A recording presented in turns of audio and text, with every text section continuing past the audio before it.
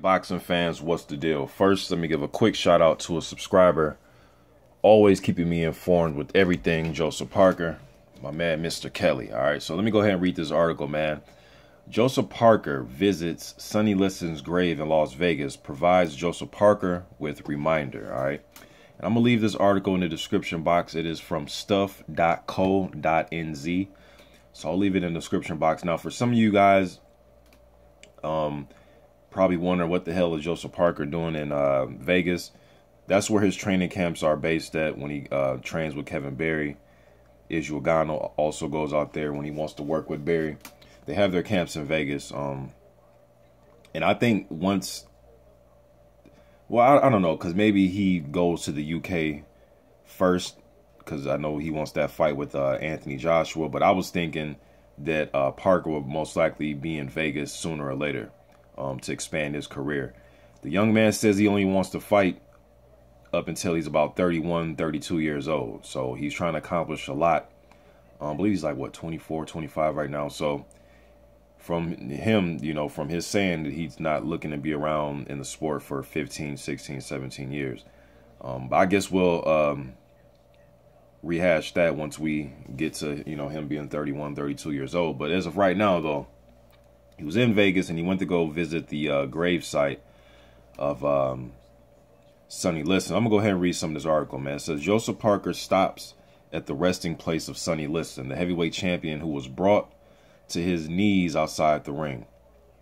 Liston's unexceptional grave marker at the Davis Memorial Park's Garden of Peace in Las Vegas has one distinguishing characteristic. Tradition dictates those paying their respects leave a $quarter coin. The New Zealand heavyweight performs that ritual as a procession of planes approach McCarran International. The Garden of Peace is ironically situated on the Eastern Avenue adjacent to a runway. Unlike Parker's visit to the graveside of another former champion, Joe Frazier, in Philadelphia nearly 2 years ago, the experience was a timely reminder of the importance of being surrounded and influenced by the right people. I never knew that he went to go visit Joe Frazier's grave. It's my first time hearing that, okay? Officially, Liston died of lung congestion and heart failure, but an autopsy revealed traces of morphine and codeine in his bloodstream. An arm had fresh needle tracks, marijuana and heroin, and a syringe were found near his body. Rumors are persistent a man with underworld associates was killed by the mafia. There are also claims Liston overdosed on heroin sold to him by a bebop trumpeter called the Red Arrow. I've heard of this, and there's a Sonny Liston documentary, man. He actually has a movie out. I watched it on Netflix. Maybe I'll leave it in the description. I can't remember it, but he actually has a movie. It's a movie made about Liston, and I've seen a documentary about his life. Okay. He was discovered in a Las Vegas apartment on January 5th, 1971, more than 21 years before Parker was born. But for the South Aucklander, Liston's demise was a reality check. Okay, he goes on to say, you have to have the right people around you to give you the right advice and guide you the right way. Like we see with Sonny. We're not sure how he died. Maybe it was an overdose. Maybe someone drugged him. No one knows the story. Parker, meanwhile, is determined there will be no conjecture, no second guessing at the end of his boxing career, guided by Kevin Berry, a polarizing figure in the Samoan community. The legal wrangling between Berry and David Tua was topical once Parker turned professional and wanted to be trained by the Las Vegas-based trainer. It wasn't a hard decision to make. It was easy because I wanted to improve my boxing, said Parker, as he prepares for a July 21st fight with Solomon Haumanu in Christchurch. Just 2 fights into their union, Berry knew Parker was in the corner during a promotional visit after Francois Botha was knocked out in 2013. One guy bellowed out, "Berry, are you going to give Tua back his money?" Joe walked over the fence and just yelled at the guy. He was protective of me, which I was a little flattered by, he says. Berry naturally calls the shots, though Parker has the final word in one respect. He vows to quit at age 31 to 32 based on past and current experience. I've told my team is when they see I've been taking a lot of punches or I start slurring my words, it's time for me to stop, he said. Liston is not the only stark reminder of mortality in Vegas. When the Nevada Boxing Hall of Fame had its first induction ceremony in 2013, opening, Parker remembers watching a punch-drunk Leon Spinks struggle to the room. And on June 3rd, Muhammad Ali passed away. A shadow of his former self, his frame racked by Parkinson's disease.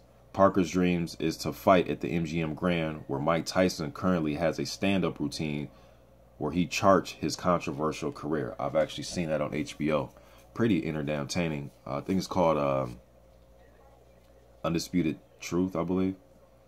Yeah, because right here it says, during Undisputed Truth, Tyson tells how he squandered or had stolen a staggering $400 million, which is incredible, man. Whoa, shit. One of Parker's favorite fighters, Roy Jones Jr., continues to cause self-inflicted damage by boxing on at age 47.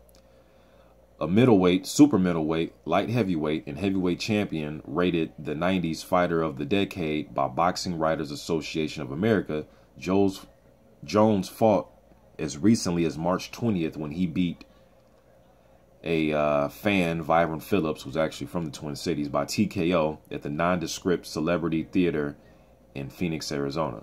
Jones started his 72-bout professional career in 1989 when he beat Ricky Randall by TKO in Pensacola, Florida, and was dominant until he lost to Antonio Tarver twice and Glenn Johnson in 2004-2005. He was a champion. In his prime, he was unstoppable, Parker laminated. He just kept fighting and just kept losing. He kept getting knocked out. It sort of ruined his legacy and potentially his health. So Parker's plans to quit, ideally undefeated, and return to the building industry. Or maybe he'll buy a boat and run it as charter in the Hauraki Gulf. Either way, a solid foundation, plain selling. Okay, and then the story ends there. So leave this article in the description box. I'm glad that he's a guy that likes to study the history, man. He went and visit Joe Frazier's grave, Sonny Liston, and people just remember Liston from just laying on the mat with Ali standing over him, telling him to get up. People forget that he steamrolled Floyd Patterson twice, beat guys like Eddie Mitchum and fought Cleveland Williams, Zora Foley. I mean, he fought good guys, top guys of the 60s and late 50s, man. He just wasn't a guy that got beat by Muhammad Ali or Cassius Clay. You know what I mean? So, and he was feared. 84-inch reach. That motherfucker was feared, man. I've seen a guy, a uploader, make a most feared fighters. Sonny Liston is definitely up there. He was very feared outside the ring and inside the ring. You know what I mean? And it took a great fighter like Muhammad Ali to dethrone him. People, bring up the Phantom Punch, and if the fight was fixed, a lot of stories go on with that whole situation. Even the story of people saying that Liston slapped Ali outside the ring. Then I heard people say that no, that never happened. Then you hear the controversy that Liston maybe had some ointment put on his glove to put in Ali's face, and then was burning his eyes and he couldn't see. A lot of things going on, but not Floyd Patterson, but Sonny Liston was still a great fighter, in my opinion. One of the best jabs, 84-inch reach for a short guy, too. He was only about 6'1". Not short, but for a shorter heavyweight, that is an extremely long reach, 84 inches. And he had a powerful jab, one of the best jabs in boxing history. So, just getting this out there. Some Joseph Parker news. I'm out.